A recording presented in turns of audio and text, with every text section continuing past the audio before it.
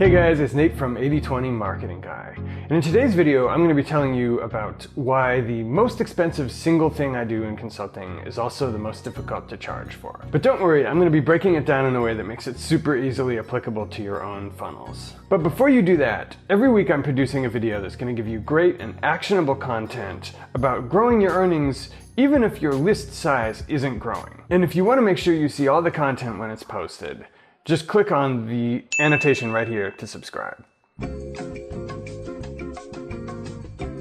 Okay, so in this video, we're going to be talking about a little something known as brand synergy or brand congruence. It sounds pretty hocus pocus, and that's one reason why when I get to this stage in a consulting proposal, a lot of times I'll need to answer some extra questions for clients. I had an inkling even earlier on in my business life cycle that it was probably more important than I realized. And even after I gave a presentation about it at a business convention in January of 2016, I still wasn't taking it as seriously as I should have. There was a slide in my presentation that talked about brand congruence, which just meant that a single marketing funnel should solve a single problem, and that every piece of content within that funnel should refer to the problem and the solution, no matter what the levels of product you were offering were. That was all well and good until I took a look at my own business. And I want to put a footnote here that brand congruence is very often something that you're going to do later on in the life cycle of your business if you've already got a list, if you've already got a lead magnet, which is what you give subscribers for opting onto your mailing list, and if you've already got some kind of a welcome sequence. You may not have time to build this congruence in because, like me with 80/20 Marketing Guy right now, you may be growing your brand and sort of trying to figure out what your audience wants, and that's okay. But you definitely want to make sure that you go back and revise your intro opt-in opportunities and your welcome sequences, and even your content when it's possible, to make things congruent once you really know what your core offering is. So after my presentation, I spent some time going back through my own business and trying to make it even better. To do that, I did something that I recommend that all of you guys do, which is that I subscribed to my own email list. I went into my CRM, I deleted all records of myself, and I subscribed like I was a new subscriber. And the reason I did this was actually because I was implementing a traffic strategy. I was going super aggressive on a YouTube ad spend and sponsoring a podcast, and I was getting a lot of new visitors, so I wanted to see what the experience was like for them. Turned out it was a mess. I was making 4 primary mistakes. First, in all of my video content on my channel, I had been referring to a lead magnet that was actually the worst converting lead magnet. I was telling a lot of people to get this video, and a relatively small number of them were actually converting to the flagship product. Second, I had in place a pretty decent welcome sequence with a free 3-video course, and I was only referring to that in a few places on the web. But there was still room for improvement even with my existing lead magnet. It was developed before I had my flagship course, so I was wasting opportunities to refer to the flagship course throughout, and also wasting opportunities to demonstrate some of the lessons I'd learned through creating the flagship course. And fourth, finally, you'll remember this from my 3 mistakes I see marketers make post. I wasn't giving people a clear call to action at the end of my welcome sequence. So the good news and the bad news, and the bad news first. Holy shit, I was losing a lot of sales. No, God! No, God, please, no! No! No! No! The good news is there was opportunity. I was already making decent cash flow with that business, and now I saw opportunity to make it even better. So let's dilate just a little bit and talk about what brand synergy is writ large. And I want to use a friend's example, and this is a guy who actually is just launching his new sales account manager course. So my friend has a few different ways to solve the problem.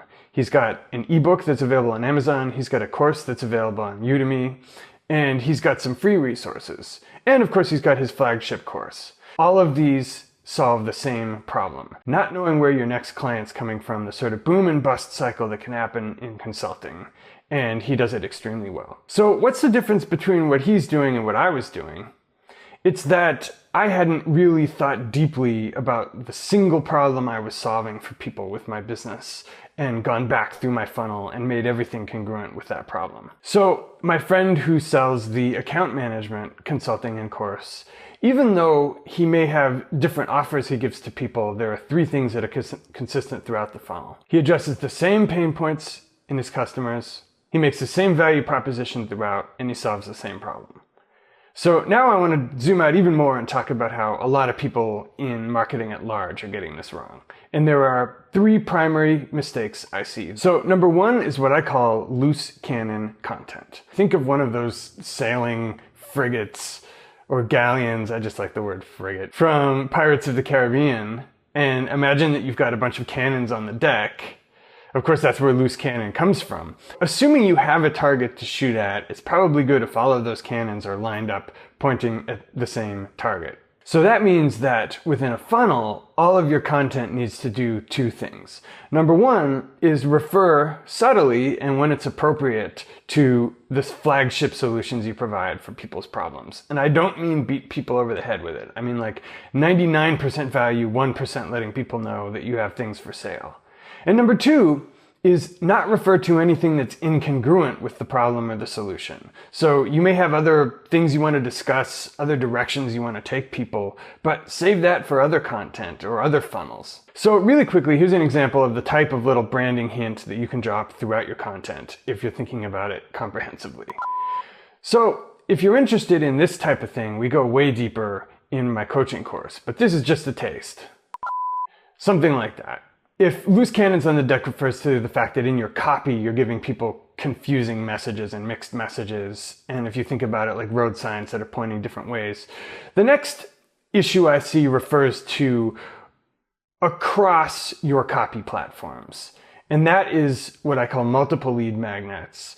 And that means that you're giving people multiple points to get into your marketing funnel and not for any necessary reason. And again, to go back to me, this is pot kettle black. This is what I was doing. So multiple lead magnets might mean if someone finds you on Facebook, they take part in a contest and that gets them onto your mailing list. Or maybe they see you on YouTube and your video refers to a $5 crash course and that gets them into your funnel. And by the way, this is a version of the multiple CTAs too, but instead of being on like one page or in one piece of content, it's across different content platforms. It may seem counterintuitive because we feel like, well, maybe the crash course is a best fit for the blog, or maybe the $5 product is the best fit for YouTube. And I'm going to tell you two reasons why it's not. So reason number one is the simple split test theory, which just says if you were split testing your lead magnets like you were testing YouTube ads or Facebook ads, one would clearly perform best. And the best practice in that scenario is to then funnel all of your resources toward the best performing ad. And it's no different with lead magnets. So imagine you've got two coin conversion machines in a room, and one you can insert a nickel and it'll give you a dime back, and another you can insert a nickel, it'll give you a quarter back. It wouldn't make any sense to put half your nickels into one and half into another, but that's exactly what you do when you split resources among lead magnets. So number two is that the fewer the lead magnets, the easier it is to have consistent storytelling throughout your funnel. And with a single lead magnet, you can make sure that's streamlined throughout. So you're probably wondering how you fix this. Like say you've got 4 different lead magnets. So number one, with blogs, it's easy. You just rewrite or get an assistant to rewrite the blog to refer to your single lead magnet. With videos, there are a couple of things you can do. You can definitely add annotations. Even if you have voiceover saying, get my old lead magnet, you can add an annotation saying new version here and then pointing to the description.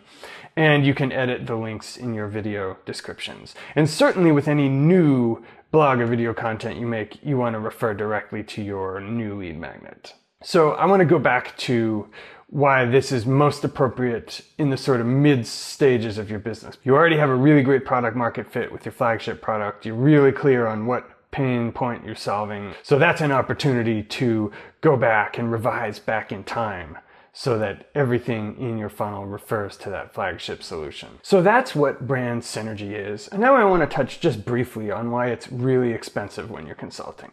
So I'm actually getting away from charging for things like copywriting or email writing because, believe it or not, these are things that can usually be outsourced to a freelancer.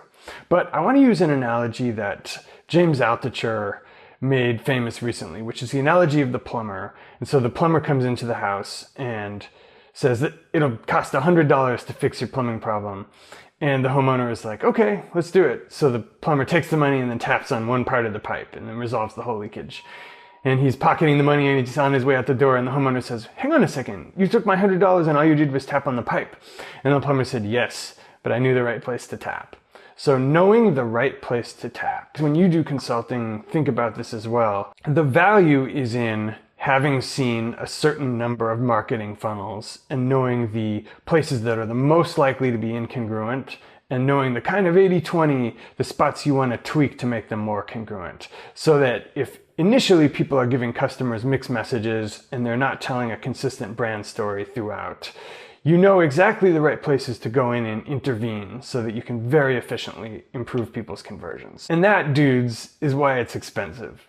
So I'm Nate for 80-20 Marketing Guy, and I'm talking about a lot of abstract stuff in this video. But if you're a content creator and you've got a great big audience, or you've got hardly any audience at all, you may be wondering, how can I take the lessons Nate's learned and save myself some steps, starting an emailing list or starting to monetize an email list? And that's why I created my brand new video course, How to Start Your Mailing List Without or With a CRM. And if you just click on the screen here, you can download that now for free. Just enter your name and email address on the next page. So guys, Nate from 80-20 Marketing Guy. It's been fun. I'll be back next week with another video marketing lesson. See you soon. Peace.